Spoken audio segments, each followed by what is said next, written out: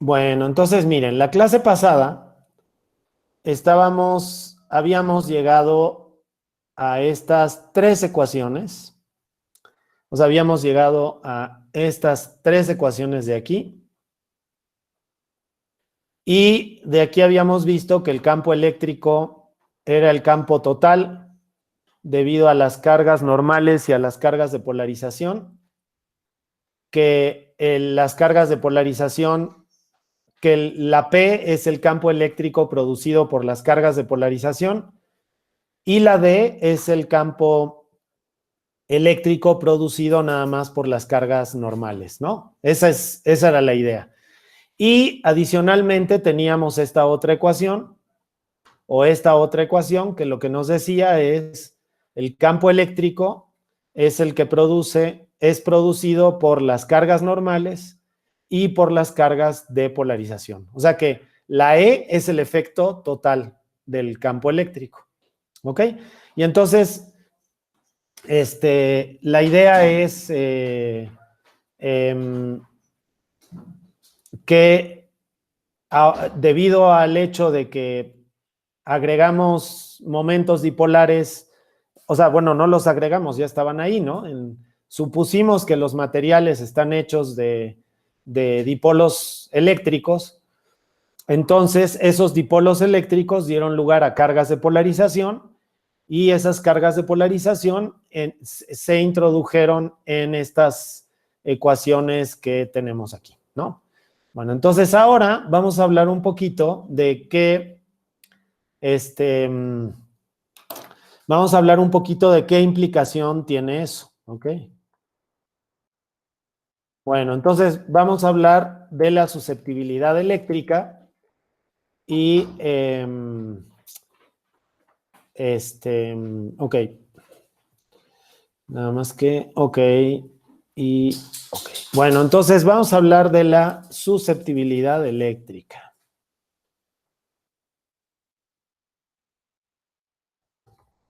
Ok, entonces, miren, entonces ustedes en el curso de electromagnetismo, o en el curso de introducción a la electrostática y magnetostática, lo que hacían era, tomaban la ley de Gauss, ¿no? Por ejemplo, E punto n por el diferencial de superficie, y con la ley de Gauss y la carga encerrada, calculaban el campo eléctrico que producían estas cargas, ¿no? Entonces, por ejemplo, si tenían una cáscara esférica de carga, bueno, este es un ejemplo, este es un ejercicio muy simple, pero de todos modos vale la pena hacerlo. Muy rápido, porque ya va en varias clases que lo hacen, entonces vamos a hacerlo muy rápido. Entonces, tenían la ley de Gauss y lo que hacían era decir, bueno, pues el campo eléctrico tiene que salir de forma radial de la esfera y entonces el lado izquierdo de la ley de Gauss me queda como, bueno, se me está olvidando aquí la permitividad, ¿no? Entonces, el campo eléctrico por la superficie de una esfera de Gauss, que digamos que es esta de aquí, ¿no? Y que esta esfera tiene un radio R. Entonces, pues yo decía, bueno, pues esto es 4pi por r al cuadrado, que es la superficie de la esfera de Gauss. Y el lado derecho de la ley de Gauss, pues si era 0, si r es menor que el radio de la esfera, de la esfera que tiene la densidad de carga, y es igual a la carga total sobre esa esfera, que es lo mismo que sigma por 4pi r cuadrada, siempre y cuando el radio sea mayor que r, ¿no? Entonces, luego pasaban todo esto dividiendo para el otro lado y entonces el campo eléctrico le salía que era 0 si r es menor que r y le salía que es igual a sigma por 4pi r cuadrada entre 4pi epsilon 0 por r cuadrada, y esto es lo mismo que sigma por R cuadrada sobre epsilon 0 R cuadrada, ¿no? Entonces, si se fijan, si uno tiene la ley de Gauss, entonces uno puede calcular el campo eléctrico, ¿no? Bueno, en este caso, fíjense que no podemos hacer lo mismo, porque esta ley de Gauss que tenemos aquí tiene la carga de polarización aparte. Entonces no podemos hacer lo mismo. Sin embargo, afortunadamente tenemos esta otra ecuación, que es la de la D, ¿no? La del vector de desplazamiento.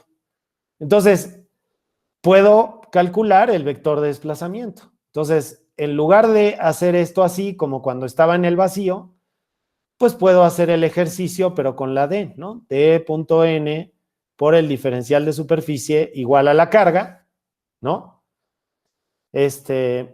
Y entonces repito este cálculo de aquí, que pues es básicamente el mismo, nada más que me sale que el vector de desplazamiento es 0, si R es menor que R, y me sale que el vector de desplazamiento es sigma entre R cuadrada sobre R cuadrada, siempre y cuando R sea mayor que R, ¿no? Aquí se me olvidó R mayor que R, ¿no? Entonces, fíjense que me da el mismo resultado, lo único que no sale aquí es la epsilon 0, porque esta ley de Gauss, la ley de Gauss para el vector de desplazamiento no tiene la epsilon 0.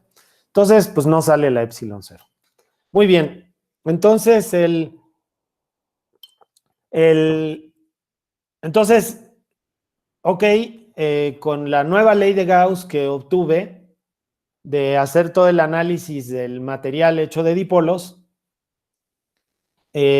obtengo una nueva ley de Gauss, que es esta de aquí, que me permite calcular la D, ¿ok? Bueno, obviamente, cualquiera de las otras dos leyes de Gauss, digamos, entre comillas, ¿no? Porque no, ya ni esta se llaman ley de Gauss, así como están.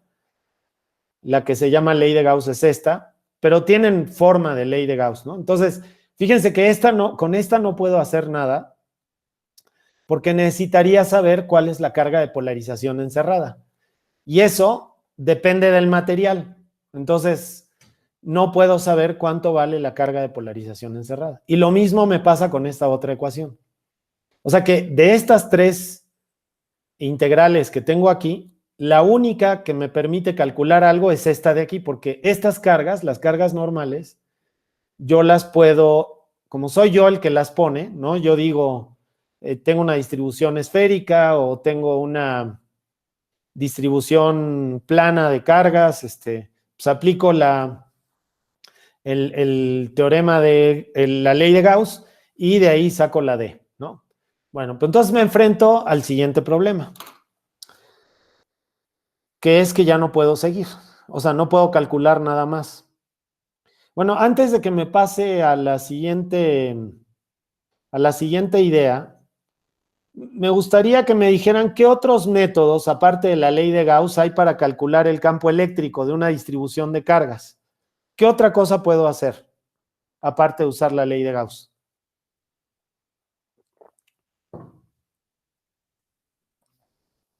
Uh-huh.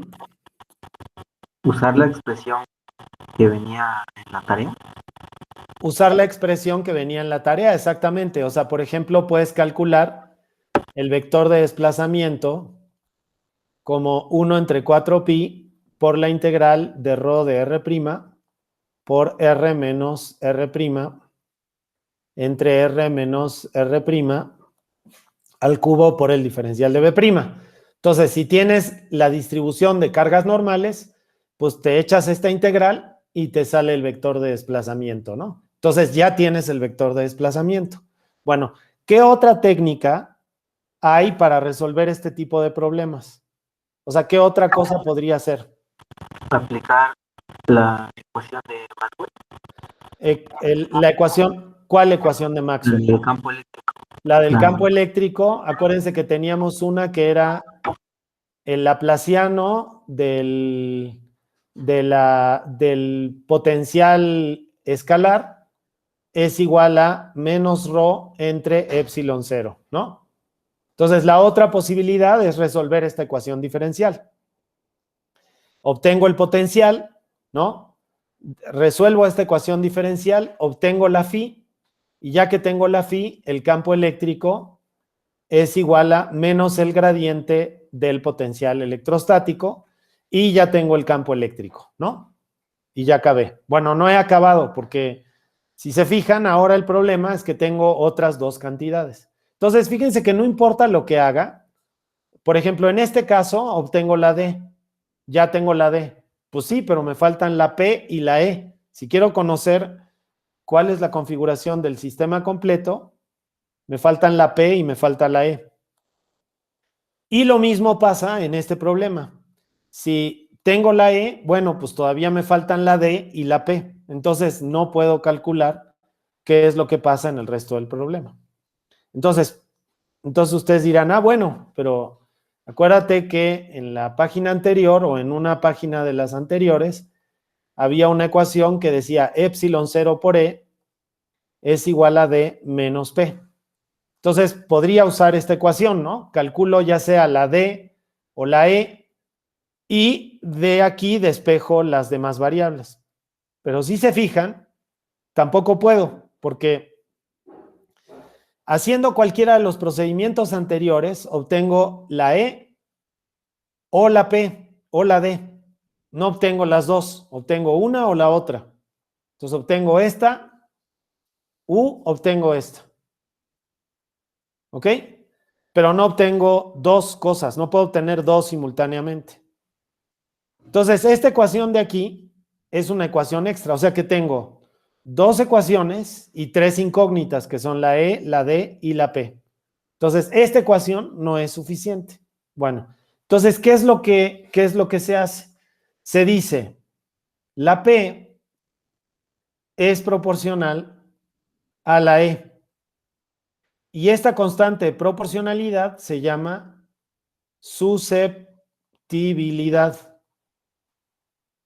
¿Qué quiere decir la palabra susceptible, no? Quiere decir que, por ejemplo, si una persona es muy susceptible, quiere decir que se enoja a la menor provocación, ¿no? Entonces es muy susceptible, o sea, quiere decir que tiene unas reacciones que son muy grandes comparadas con el estímulo. Lo mismo quiere decir esto. En este caso, este es el estímulo y esta es la reacción. Entonces, si la susceptibilidad es muy grande, quiere decir que la reacción del sistema, que es polarizarse, va a ser muy grande. Y si la susceptibilidad es muy pequeña, entonces la reacción del sistema va a ser muy pequeña. Bueno, fíjense que esta relación de aquí, que dice que el campo eléctrico es proporcional a la polarización, tiene mucho sentido lógico, por lo que discutíamos la clase pasada, que es lo siguiente. Si yo tengo un dipolo eléctrico, entonces, acuérdense que los dipolos uno los podía pensar de manera como muy simple, como si fueran un par de cargas, ¿no? Entonces lo puedo pensar como una carga positiva y una carga negativa que están de alguna manera ligadas, ¿no? O sea, esto de aquí es un enlace atómico o algo así, ¿no? Entonces, pero lo puedo pensar como un par de cargas, ¿no? Una carga positiva y una carga negativa. Bueno, entonces lo que decíamos la vez pasada es que si este sistema de aquí se encuentra inmerso en un campo eléctrico, que por ejemplo apunta en esta dirección, entonces la fuerza que va a sentir esta carga es igual a más Q por el campo eléctrico. Mientras que esta carga de aquí va a sentir una fuerza que es igual a menos Q, por el campo eléctrico.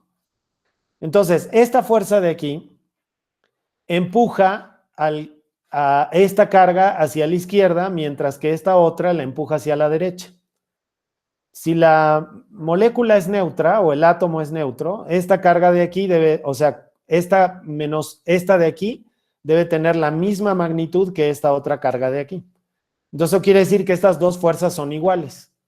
O sea, que quiere decir que el dipolo no se va a mover, el centro de masa del dipolo no se va a mover. Lo que va a pasar es que el dipolo va a rotar.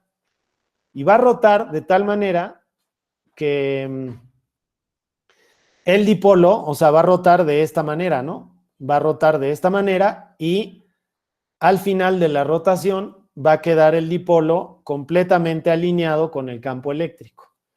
Entonces, eso hace que si yo pongo un campo eléctrico en una dirección, entonces el dipolo va a tender a alinearse con el campo eléctrico. Entonces, si esta cosa de aquí, que es la P, se alinea con el campo eléctrico, entonces la P, la densidad de polarización dipolar, que se llama polarización, también está en la misma dirección que el campo eléctrico. Entonces, si yo pongo un campo eléctrico en esta dirección, la polarización del material es natural pensar que va a estar en la misma dirección. Y esta ecuación de aquí contiene esa posibilidad, ¿verdad? Lo que está diciendo es que la P y la E van a estar en la misma dirección, ¿no? En esta relación de aquí, como este es un producto escalar por vector, entonces la P y la E están en la misma dirección. Y la susceptibilidad está, pues si la susceptibilidad es muy grande, entonces quiere decir que ese material responde con un momento dipolar muy grande, y si la susceptibilidad es muy pequeña, entonces eso quiere decir que respondería con un momento dipolar pequeño, ¿no? Y entonces en fin, o sea que esta cosa de aquí depende del material. Bueno, entonces fíjense que con esta relación de aquí ya resuelvo el problema que tenía de que me faltaba una ecuación, porque entonces ahora ya tengo 3 ecuaciones y 3 incógnitas. Eso quiere decir que puedo hacer algo. Déjenme mostrarles cómo puedo hacer algo. De hecho, vamos a hacer algo. Entonces, fíjense que sí se puede hacer algo, porque ahora tengo, por ejemplo, la ley de Gauss por la carga. Entonces, de aquí saco la D. Ya que tengo la D, la introduzco en esta, por ejemplo, la puedo introducir en esta relación de aquí. Bueno, a ver, déjenme escribir la otra ecuación que tengo, que es epsilon 0 por E igual a D menos P. Y entonces, adicionalmente, tengo que P es igual a la susceptibilidad por el campo eléctrico. Entonces, vamos a suponer que... Entonces, no lo vamos a suponer, lo vamos a hacer, ¿no? Vamos a sustituir esta relación en la relación de arriba y me queda epsilon 0 por E igual a D menos la susceptibilidad por el campo eléctrico. Entonces, lo paso para el otro lado y lo que me queda es que D es igual a epsilon 0 más la susceptibilidad por el campo eléctrico. Entonces, ya sea que calcule la D o calcule la E por medio de la ecuación de Laplace o la de Poisson, entonces ya tengo la D. O tengo la E, ¿no? O sea, si calculo la D, puedo calcular la E. Y si calculo la E, puedo calcular la D. Y ya que tengo la D o la E, no importa cualquiera de las dos, entonces quiere decir que ya tengo la D y la E, y entonces de ahí puedo sacar la polarización, que la saco de esta relación de aquí. Bueno, una cosa más. Esta relación de aquí tiene esta constante. Entonces, fíjense ustedes que en el vacío, ¿no? En el vacío, la D es igual a la epsilon 0 por E. Entonces, si estoy en un medio, o sea, si estoy en algún material, entonces puedo decir que la D es igual a la epsilon por la E. Puedo decirlo por esta ecuación de aquí. ya que de aquí me sale que la epsilon es igual a la epsilon 0 más la susceptibilidad. ¿Ok? Entonces, esta de aquí se llama permitividad del medio, ¿no?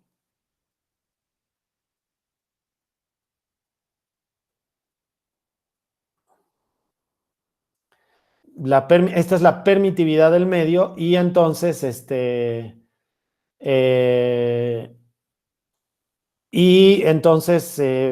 pues cada material va a estar definido ya sea por la susceptibilidad, ¿no? O por la permitividad, esta de aquí. ¿Ok? Entonces, ya tengo una tercera ecuación que me permite resolver un problema completito, ¿no? Bueno, vamos a hacer un ejemplo para que vean cómo tener esta relación me permite calcular absolutamente todo. Vamos a hacer un ejemplo. Entonces, vamos a hacer un ejemplo de un capacitor para que vean cómo si yo conozco una cosa, todo lo puedo calcular de esa relación. Entonces, vamos a suponer que tenemos un capacitor que tiene dos placas paralelas y que estas placas se ponen a una diferencia de potencial. Y entonces, aquí en medio, aparte, vamos a suponer que hay un material que tiene una cierta permitividad y una cierta susceptibilidad, ¿ok? Y ya vimos que la relación entre estas dos es que epsilon es igual a epsilon 0 más la susceptibilidad. O sea que si tengo una, tengo la otra, ¿no? Porque esta de aquí es una constante de la naturaleza. Bueno, entonces estamos suponiendo que estas dos placas están a una diferencia de potencial. Y entonces el objetivo de este problema es calcular absolutamente todo en este problema. Vamos a suponer que la distancia entre las dos placas paralelas es la D. Muy bien. Entonces, para calcular el campo eléctrico, acuérdense que puedo resolver la ecuación de Laplace. En este caso, la densidad de carga volumétrica es 0, entonces aquí tengo un 0. Y en las dos superficies del metal tengo una distribución de carga superficial. Ahora, como este problema solamente depende de esta dimensión y tiene simetrías en las otras dos direcciones, voy a decir que esta es la dirección Z. Entonces, el laplaciano de phi se convierte en la segunda derivada con respecto a Z del potencial. Y esto es igual a 0. Entonces, para resolver esta ecuación, lo que hago es integro una vez y me queda que la derivada de phi con respecto a z es igual a una constante y luego integro otra vez y me queda que phi es igual a una constante por z más otra constante de integración. Bueno, y luego pongo condiciones de frontera. La diferencia de potencial entre estos dos extremos debe ser B. Entonces, esto quiere decir que phi de 0 menos phi de D debe ser igual al potencial B. Entonces, de aquí me sale que phi de 0 es C2 y phi de D es menos C1 por D menos C2 y esto debe ser igual a B. Entonces, C2 se cancela y aquí me queda que esto es menos C1 por D igual a B y entonces de aquí sale que C1 es igual a menos B sobre D, ¿ok? Y me falta C2. Entonces, C2, el potencial electrostático, yo tengo derecho a escoger el valor de una de estas constantes. Bueno, no de una de ellas, sino nada más tengo derecho de escoger el valor de esta constante. O sea, yo puedo arbitrariamente decir que la placa esta placa, se encuentra a potencial 0. Eso tengo derecho a decirlo porque el potencial en sí no tiene significado físico. Entonces, eso quiere decir que phi de 0 tiene que ser igual a 0. Y Esto lo que quiere decir es que como phi de 0 es C1 por 0 más C2, entonces de aquí me sale que C2 es igual a 0.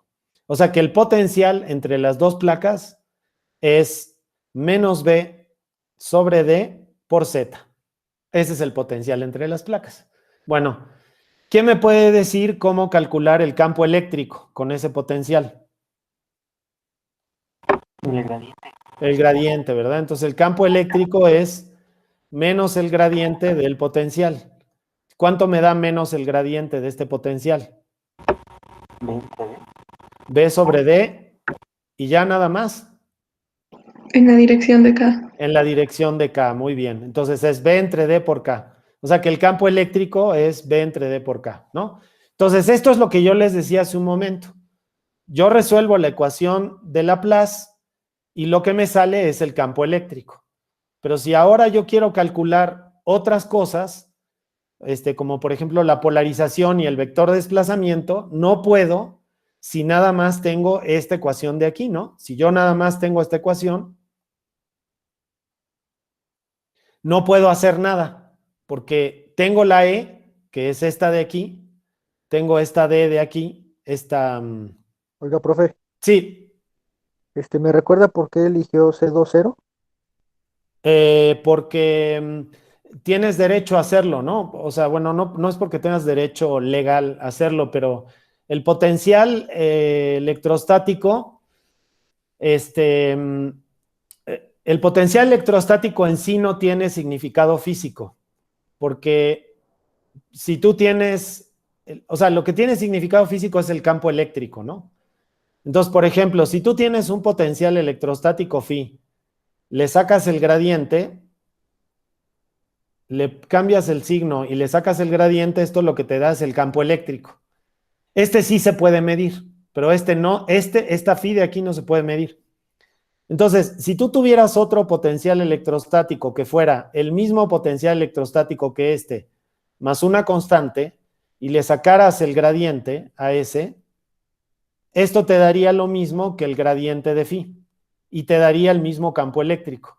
O sea, que quiere decir que por cada potencial electrostático en el que tú puedas pensar, siempre hay una infinidad de otros potenciales electrostáticos, o sea, hay toda una familia de potenciales electrostáticos que te dan el mismo campo eléctrico, ¿no? Nada más cambias esta constante de aquí y te sale el mismo campo eléctrico.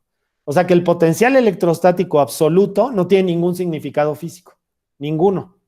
Entonces hay una constante de ese potencial que tú puedes escogerla como quieras y de todos modos te va a dar el mismo campo eléctrico.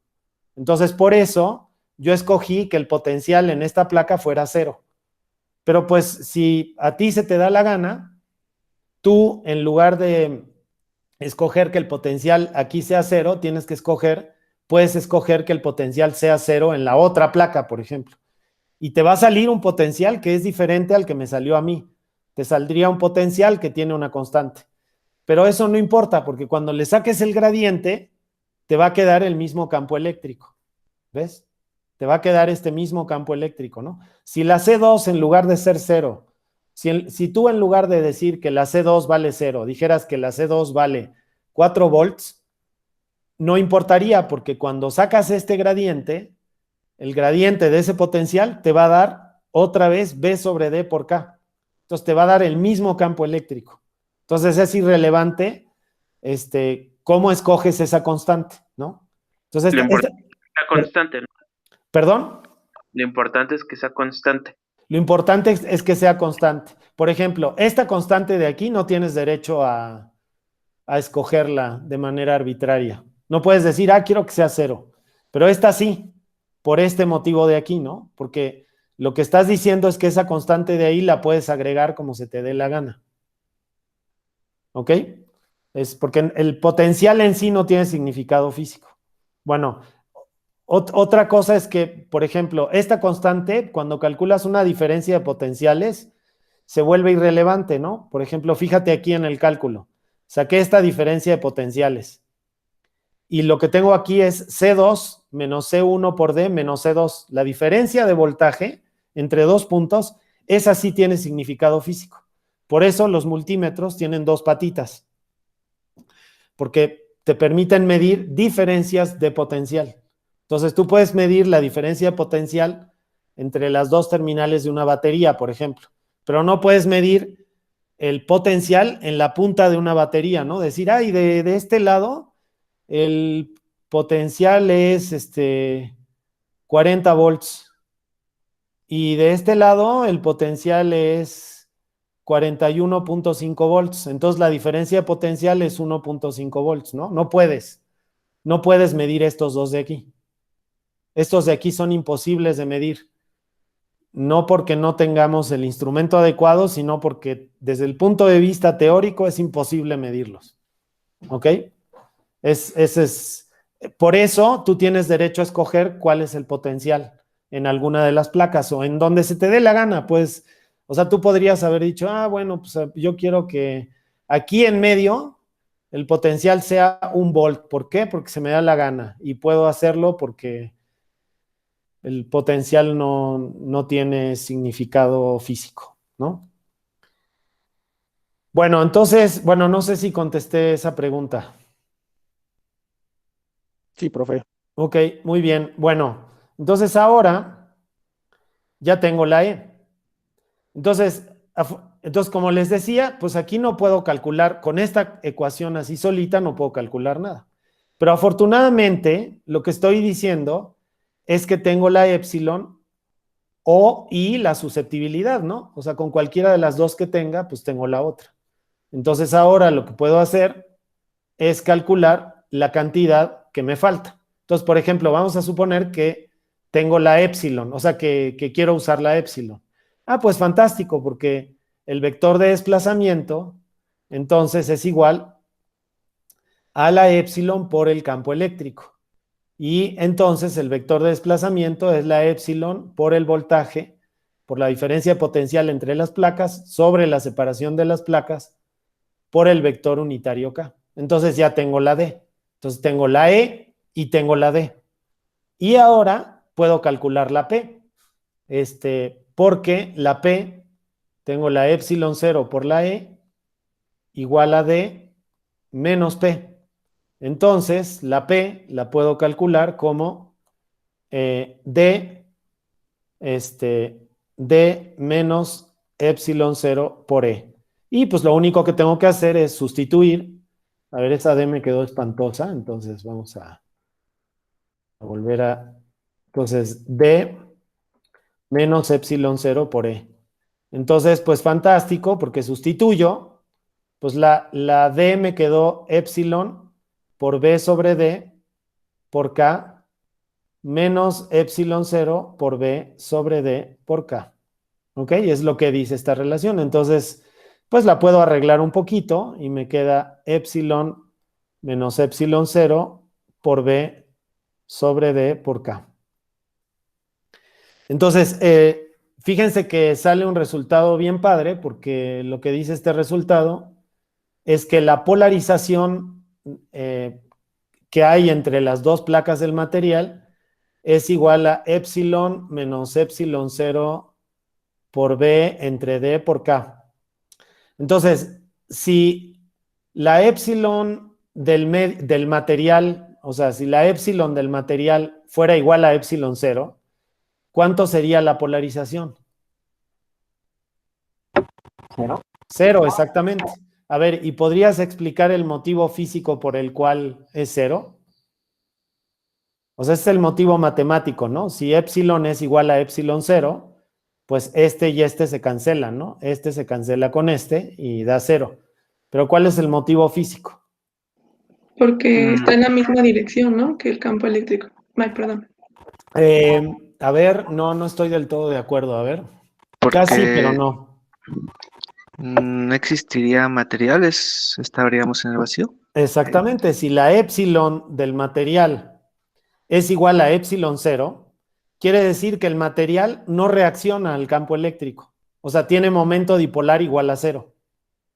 Bueno, y si tiene momento dipolar igual a 0, entonces su polarización tiene que ser 0, ¿no? Bueno, ¿de dónde se ve eso? Pues muy fácil, ¿no? ¿Se acuerdan que decíamos que P me salía como la susceptibilidad por el campo eléctrico. Y la susceptibilidad, no sé si se acuerdan, pero la epsilon era igual a epsilon 0 más la susceptibilidad, eso lo dije en la lámina anterior.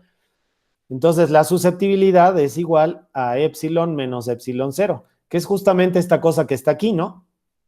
Entonces, si epsilon es igual a epsilon 0, quiere decir que el material no tiene susceptibilidad al campo eléctrico. Entonces, si epsilon es igual a epsilon 0, es como si estuviéramos en el vacío. Entonces, eso quiere decir que el material no tiene respuesta al campo eléctrico y entonces sale 0. Bueno, entonces, vamos a aprovechar que tenemos todos estos resultados y vamos a ver que vamos a sacarle un poco de jugo con todo lo que hemos estado viendo en el curso. Entonces, vamos a ver, por ejemplo, cuáles son las cargas de polarización, para darnos una idea de cómo es la respuesta del material, ¿no? Bueno, entonces, a ver, vamos a calcular primero que nada las cargas normales. Entonces, las cargas normales, acuérdense que tengo tengo la ley de Gauss. Entonces tengo la ley de Gauss, que es así.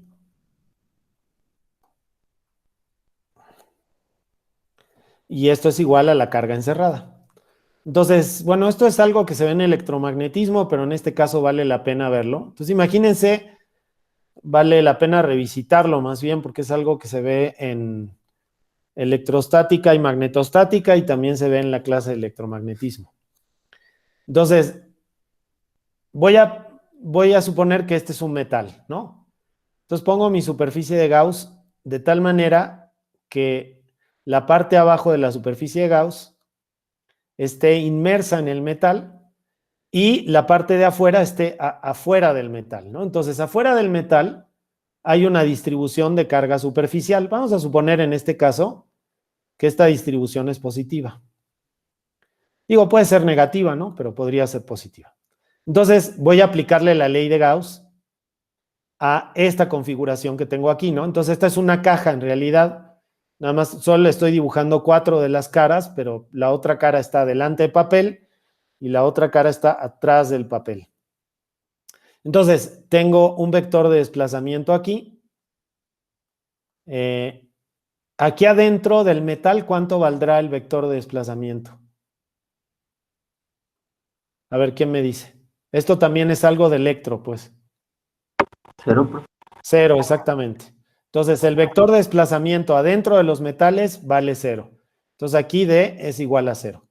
Bueno, y estas dos paredes las voy a ir haciendo chiquitas, las voy a ir apachurrando.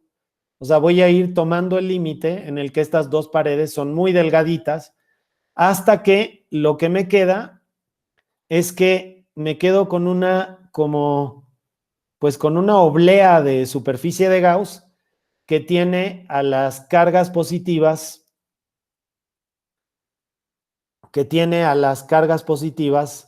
metidas aquí adentro, ¿no? Pero es como una obleíta tan delgada que es casi como si fuera una tortilla, ¿no?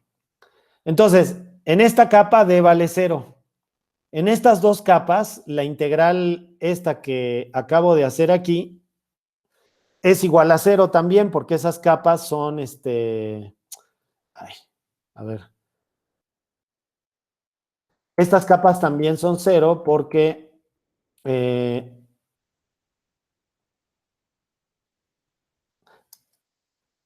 estas superficies son despreciables, ¿no? Porque estoy tomando el límite cuando tienden a 0. Entonces, la única integral de superficie que me queda es la de la D aquí arriba. Entonces, aquí lo que me sale es que D, lo que me sale es que la integral esta de Gauss, de punto n por el diferencial de superficie, sobre toda esta superficie de Gauss, esta es la S, es igual a D por la superficie, ¿no? Porque solamente tengo esta D por esta superficie de aquí. Entonces me queda D por S. Y del lado derecho de la ley de Gauss, me queda la carga encerrada. Pero la carga encerrada es nada más la carga superficial, porque adentro del metal no hay cargas. Entonces, la única carga que quedó encerrada es la de afuera del metal. Entonces, esto es sigma por S. Y entonces de aquí me sale que D es igual a sigma. O sea que el vector de desplazamiento es igual, o sea, el vector de desplazamiento en la superficie del material, el vector de desplazamiento sobre la superficie del material es igual a la densidad de carga superficial que hay sobre el material. Y otra manera de ver esto es decir que la D es igual a la distribución de carga superficial por el vector unitario normal de superficie, ¿no? Bueno, entonces con todo esto, y con los resultados que tenemos del ejemplo, podemos encontrar todas las cargas en el capacitor. Entonces, vamos a hacerlo. Entonces, nada más que déjenme, lo voy a dibujar un poquito mejor, porque van a ver que incluso en un capacitor tan tonto como el capacitor de placas paralelas, es súper, pasan un montón de cosas, ¿no? Entonces vamos a dibujar esto así. Entonces tengo el capacitor de placas paralelas así. Vamos a dibujarlas bien separadas para que se vea todo. Y luego voy a dibujar el material, ¿ok? Entonces este es no, de hecho, vamos a hacer que el material nada más llegue hasta aquí. Este es el material. Entonces, a ver, nada más lo tengo que dibujar así para poder, para poder hacer los dibujitos, pero no quiere decir que haya aire entre las placas y el material, ¿ok? Nada más estoy dibujando las cosas como para poder hacer bien el dibujo, pues no es que haya aire entre las placas, sino me estoy dejando un huequito ahí para poder hacer pues para poder dibujar cosas, ¿no? Entonces, fíjense, en esta placa de aquí, el vector de desplazamiento ya me había salido que era epsilon por B sobre D por K, ¿no? Y el campo eléctrico me había salido que es B sobre D por K. O sea que este es el vector de desplazamiento y este es el campo eléctrico adentro de las dos placas paralelas. Entonces, eso ya lo había obtenido. Entonces, ahora me puedo preguntar cuál es la densidad de carga normal en esta placa de la izquierda. Entonces, a esa la voy a llamar sigma de la derecha, perdón. Sigma de la derecha, ¿no? Entonces, esa es D punto el vector normal de superficie. Y esto evaluado sobre la superficie. Entonces, a ver, ¿cuál es el vector normal de superficie en esta superficie de aquí? A ver, si este es el eje Z, entonces, por ejemplo, este puede ser el eje Z. A ver, perdón, déjame dibujarlo bonito porque si no, luego por la flojera de... a ver, déjenme, me tomo un momentito para... Entonces, entonces, el vector normal de superficie, a ver, vamos a hacer... Entonces, entonces, este es el eje Z. Entonces, este de aquí es el eje Z. El eje Z. Ok. Entonces, a ver, el vector normal de esta superficie, ¿hacia dónde va? ¿Hacia la derecha o hacia la izquierda? De este lado, tengan en cuenta que está la placa de metal. Entonces ya menos Z. Exactamente. Entonces, de este lado, el vector normal de superficie es menos K. Entonces, eso quiere decir que esta cosa de aquí, quiere decir que esta cosa de aquí es igual a epsilon por B sobre D por K punto menos K, ¿ok? Entonces, lo que me queda es epsilon por B sobre D epsilon por B menos epsilon por B sobre D. O sea que la distribución de carga, vamos a suponer que la diferencia de potencial es positiva, o sea, vamos a suponer que B es mayor que 0, entonces de este lado tengo una distribución de carga normal que es positiva, que es, a ver, ¿si es positiva o qué es? Ustedes me dicen. Es negativa, ¿no?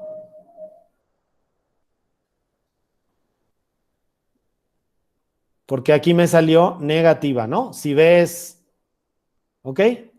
Bueno, ahora vamos a hacerla del otro lado. Del otro lado, o sea, sigma a la izquierda, sigma a la izquierda, pues también es igual a d.n, evaluado sobre la superficie. Entonces, eso es B epsilon por B por D por K, punto, y el vector normal de superficie en esta dirección, ¿hacia dónde está? K. Está en la dirección K, exactamente. Entonces, aquí me sale epsilon por B sobre D. Entonces, a la izquierda, esta es sigma D y esta de aquí es sigma I. En este lado, la distribución de carga es positiva. Entonces aquí tengo carguitas positivas sobre el metal. Entonces, a ver, por pura lógica, ¿cómo deberían ser las cargas de polarización de este lado? Entonces, estas son cargas normales y estas de aquí son cargas de polarización. A ver, ¿cómo deberían ser las cargas de polarización? Por ejemplo, a la izquierda. ¿Positivas o negativas?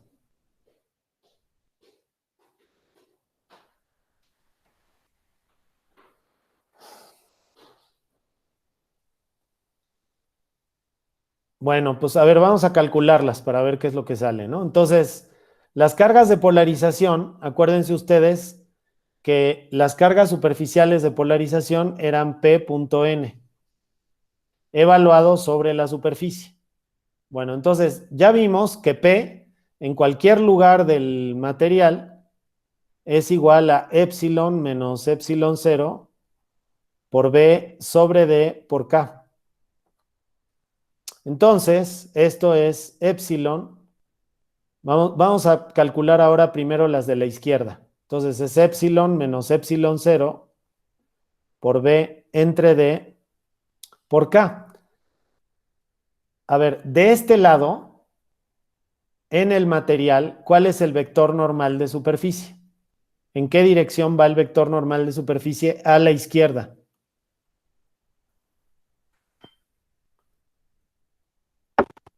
En K, positiva. El vector normal de superficie, acuérdense que en el material, o sea, si yo tengo un material así, por ejemplo, el vector normal de superficie en esta superficie va así, en esta superficie va así, en esta superficie va así y en esta va así, en la de abajo va así, ¿no? Entonces, en esta superficie de aquí, ¿hacia dónde va? Sería menos K, ¿no? Menos K, exactamente.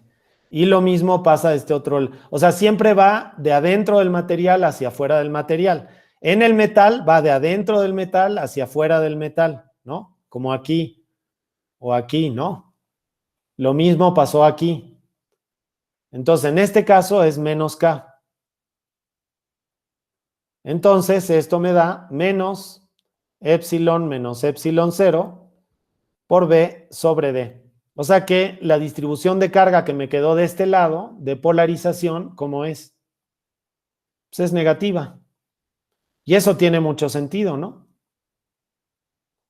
Porque si de este lado tengo cargas positivas, entonces fíjense, si tengo el metal aquí, a ver, vamos a calcular la sigma P derecha y ahorita platicamos de eso. Entonces la sigma P derecha es igual a P.n sobre la superficie igual a epsilon menos epsilon 0 por B sobre D por K, esa es la P, pero el vector normal de superficie del otro lado está en la dirección de la K positiva, ¿no? Es este de aquí.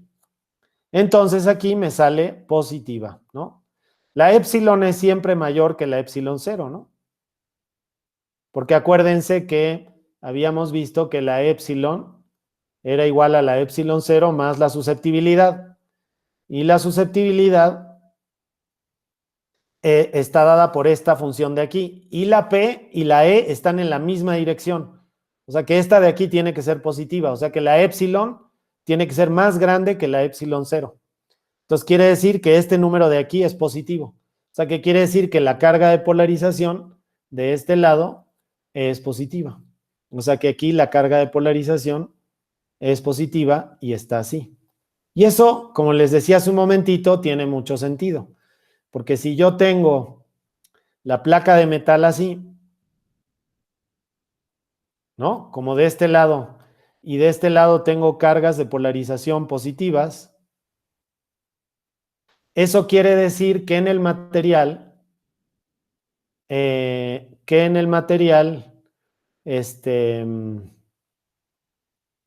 si este es el material, entonces las moléculas en el material, pues van a sentir que su lado negativo se atrae hacia las cargas positivas que hay sobre el...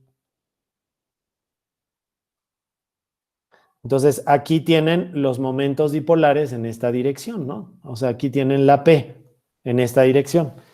Entonces, esta carga positiva atrae esta carga negativa y esta carga positiva es repelida por esa carga positiva, entonces queda en esta dirección. Y aparte, si me voy al otro lado del material, el otro lado del material lo que tengo es la misma situación, ¿no? Tengo la pared del material, así, y tengo otro dipolo, pero ahora que es negativo de este lado y positivo del otro lado. Entonces, ¿por qué es así? Bueno, porque de este lado tengo cargas negativas y aquí tengo el metal.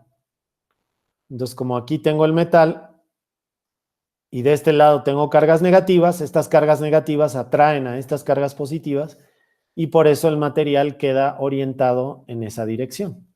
Entonces, por eso es importante que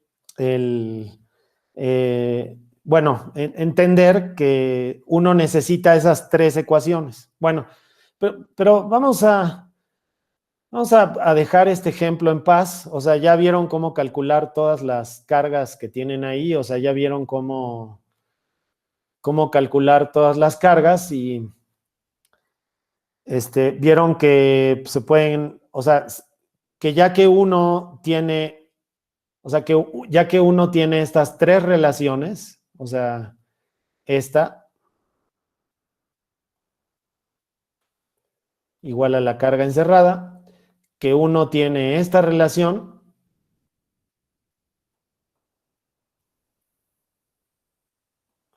y si uno le agrega esta relación de aquí, que es la de la susceptibilidad, entonces uno ya puede calcular cualquier cosa, ¿no?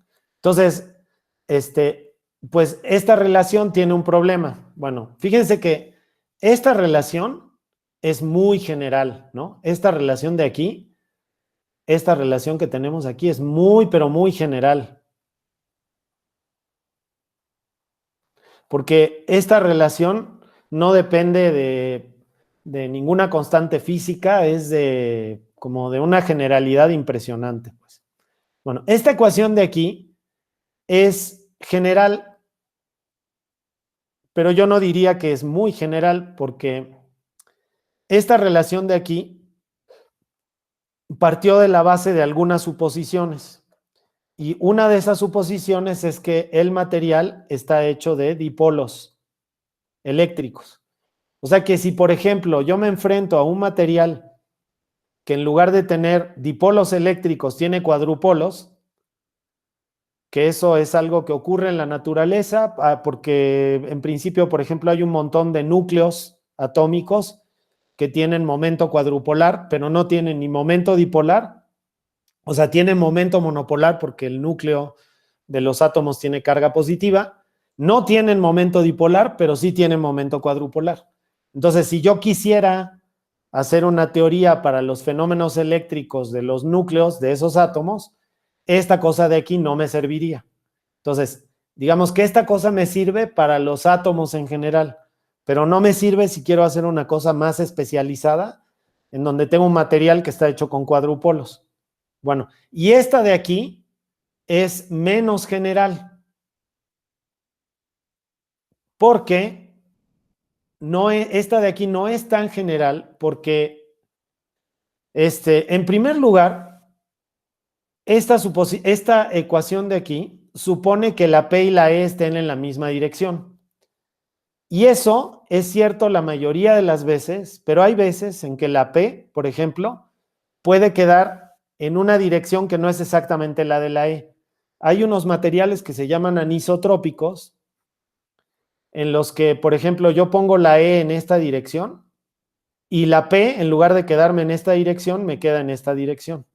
Entonces, esto es en los materiales anisotrópicos. Bueno, y aparte, esta relación de aquí presupone que esta susceptibilidad es una cosa que depende del material. En principio podría depender de la temperatura, podría depender de la presión también o de la densidad del material, en fin, podría depender como de condiciones termodinámicas y del material, ¿no? Pero hay materiales que se llaman materiales no lineales, en donde esta cosa de aquí depende del campo eléctrico. Entonces, esta G de aquí es una función del campo eléctrico. Entonces, para esos materiales, esta susceptibilidad de aquí no sirve, ¿no? Tiene que depender del campo eléctrico. Fíjense el relajo en el que nos hubiéramos metido en el ejemplo anterior si esa susceptibilidad hubiera dependido del campo eléctrico, porque querría decir que no solamente, o sea, que teníamos que conocer forzosamente el campo eléctrico de primera instancia para saber cuánto valía la susceptibilidad. Sin saber el valor del campo eléctrico, no hubiéramos podido conocer la susceptibilidad. Bueno, entonces, si se fijan, esta relación de aquí no es muy general, que digamos. Pero digamos que es una relación a la que uno recurre, porque resuelve el problema, pero en las clases que siguen vamos a ir viendo varios ejemplos en los que esta relación de aquí truena y no sirve, ¿ok? Vamos a ver algunos ejemplitos en donde esa relación deja de servir.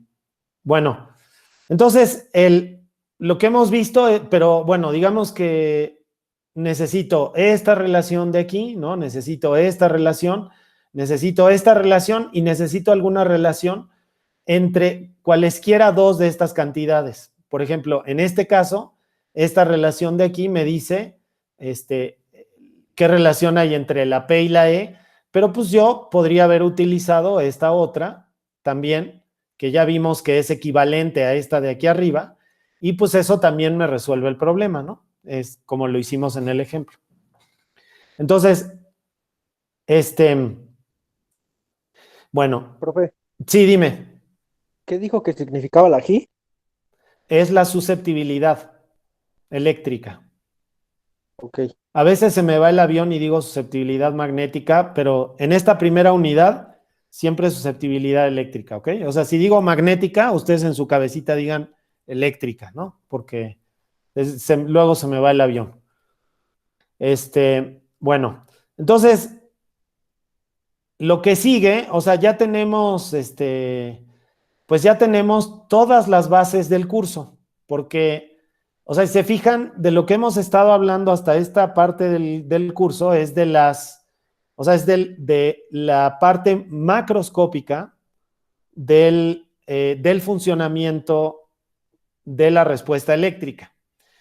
Pero no nos hemos metido realmente a fondo con la parte microscópica. O sea, lo único que dijimos de la parte microscópica es que los átomos del material tienen que tener dipolos eléctricos. Y si tienen dipolos eléctricos, entonces, pues si tienen dipolos eléctricos, entonces esta relación de aquí se hace válida, ¿no? Si son como dipolitos eléctricos, entonces esa relación ya es válida.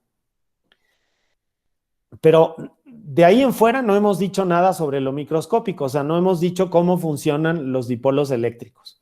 Bueno, entonces déjenme decirles qué es lo que sigue.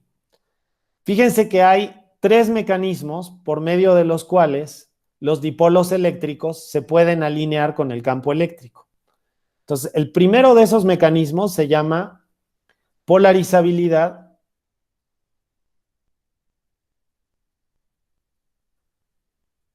electrónica.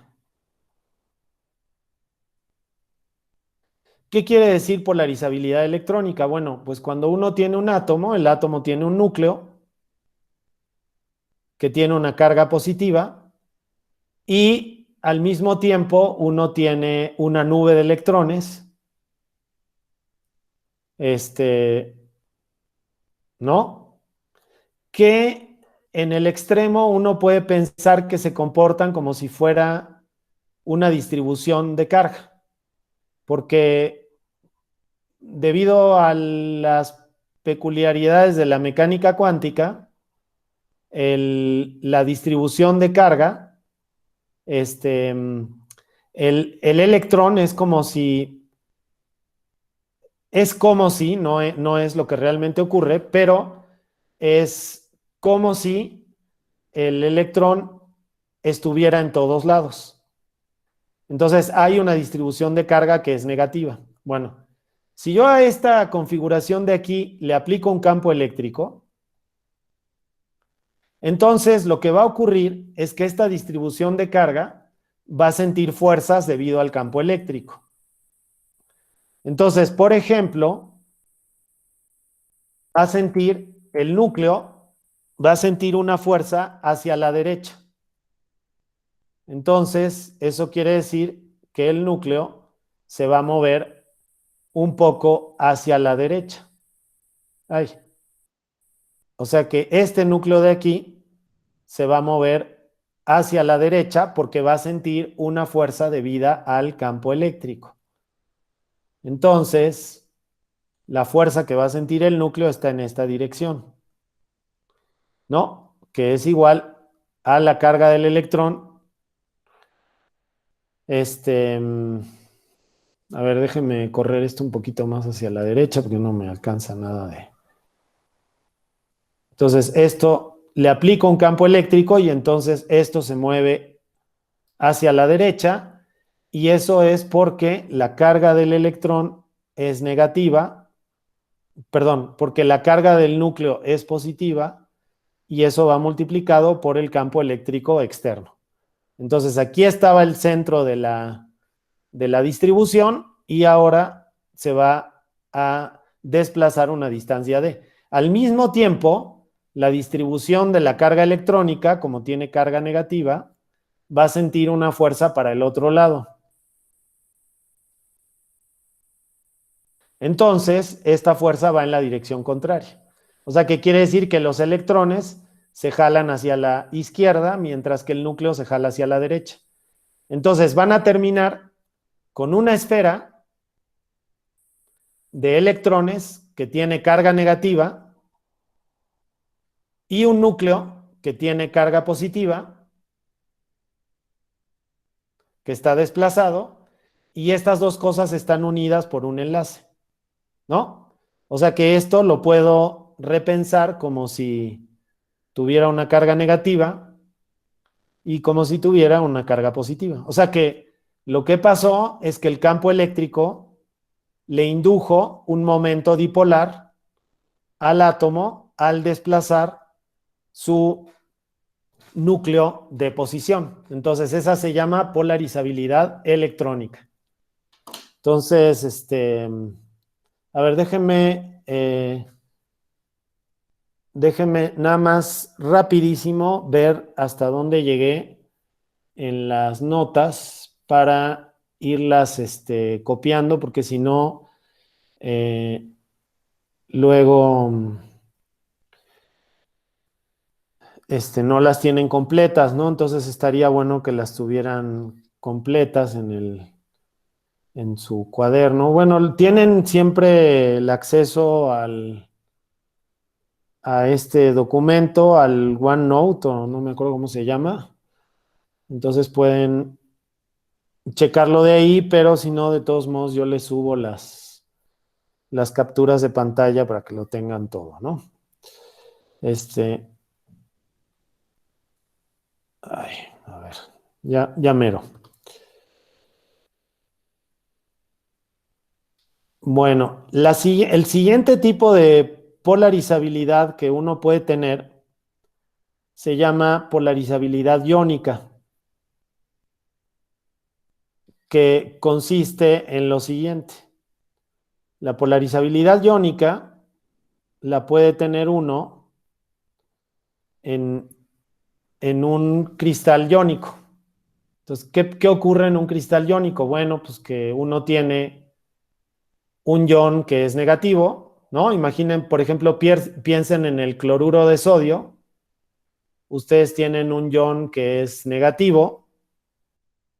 Los tienen un ion negativo. Y a ese ion negativo se le pega un ion positivo, ¿no? Entonces, otra vez piensen en el cloruro de sodio.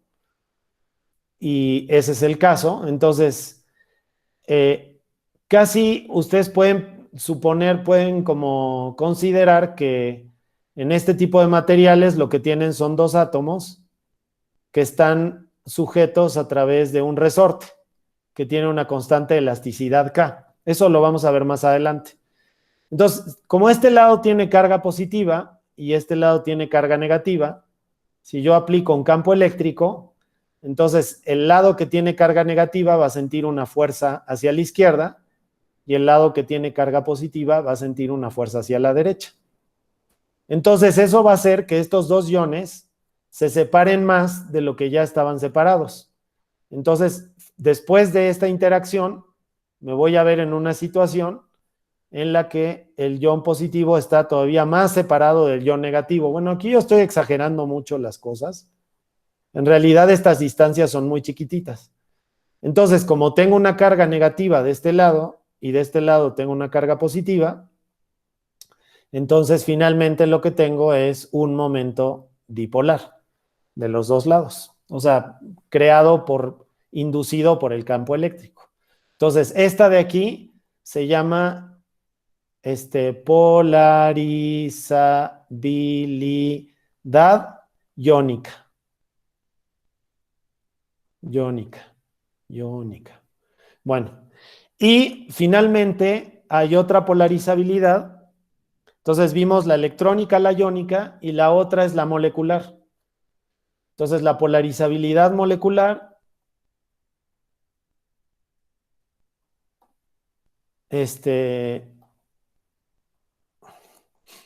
ocurre cuando tengo una molécula que ya tiene un momento dipolar. Entonces tengo una molécula, quién sabe, por ejemplo, la de agua, ¿no? Y esa molécula ya tiene un momento dipolar P, permanente. O sea, aunque no le aplique campo eléctrico, tiene un momento dipolar permanente P.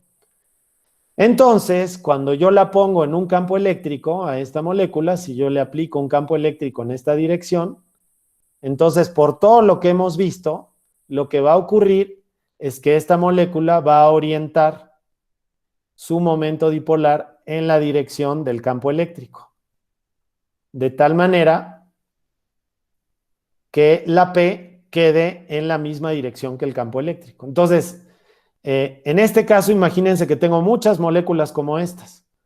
Entonces, el momento dipolar de las moléculas se promedia. Acuérdense que sumábamos sobre un volumencito, ¿no? Entonces, si unos dipolos están apuntando en una dirección y otros están apuntando en otra, entonces el momento dipolar es cero, ¿no? O sea, si tengo esta situación así, ¿no? Así tengo los dipolos apuntando en cualquier dirección, entonces la suma de los dipolos va a ser igual a cero, ¿no? En promedio. En cambio, en esta situación, todos los dipolos están apuntando en la misma dirección. Entonces, en este caso, la suma de los dipolos va a ser diferente de cero. Y voy a tener una respuesta al campo eléctrico. Entonces, esta es la polarizabilidad iónica. Bueno, y hay una cuarta que se llama polarizabilidad nanométrica, que es la que ocurre en materiales de tamaño nanométrico. En esos materiales lo que ocurre es que el hecho de que uno tiene, por ejemplo, capas, por ejemplo, en el LED azul ocurre que como uno tiene varias capas de semiconductores diferentes, las tensiones que hay en los cristales hacen que haya lugares en donde se atrapen los electrones. Entonces, por ejemplo, en el láser azul ocurre que hay una capa de un semiconductor y luego otra capa de otro semiconductor. Entonces, la tensión entre los dos diferentes materiales hace que entre estas dos capas se atrapen electrones. Y esos electrones obviamente migran de otras capas del material. Entonces, como tengo cargas negativas de un lado y cargas positivas del otro, entonces finalmente lo que tengo es un momento dipolar. Entonces, ese tipo de cosas ocurren en algunos materiales nanométricos. Entonces, a esa se le llama polarizabilidad nanométrica. Esa no la vamos a ver porque es muy complicada. Además, depende del material, ¿no? Depende del material, depende de la configuración, depende de tantas cosas que si estudiamos un caso no podemos decir que vimos la polarizabilidad nanométrica, porque eso puede ocurrir de muchas maneras diferentes, ¿no? Por ejemplo, eso también ocurre en las nanopartículas semiconductoras que tienen varias capas. Entonces por ejemplo, es un semiconductor cubierto con otro semiconductor. Entonces, aquí en la interfaz también se atrapan los electrones. Entonces, hay una especie de momento dipolar que va hacia afuera de la esfera, ¿no? Entonces, es muy complicado y en cada caso es diferente.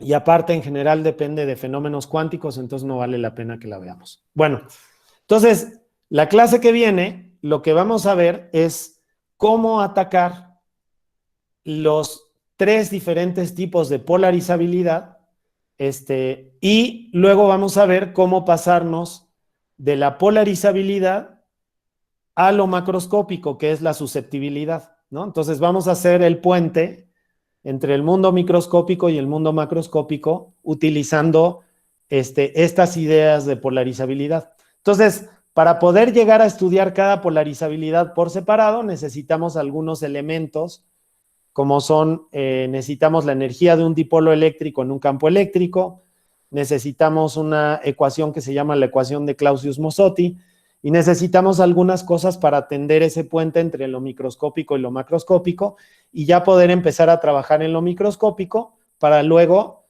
aplicar esos resultados a lo macroscópico y averiguar cuánto vale la susceptibilidad. Bueno, entonces aquí lo vamos a dejar.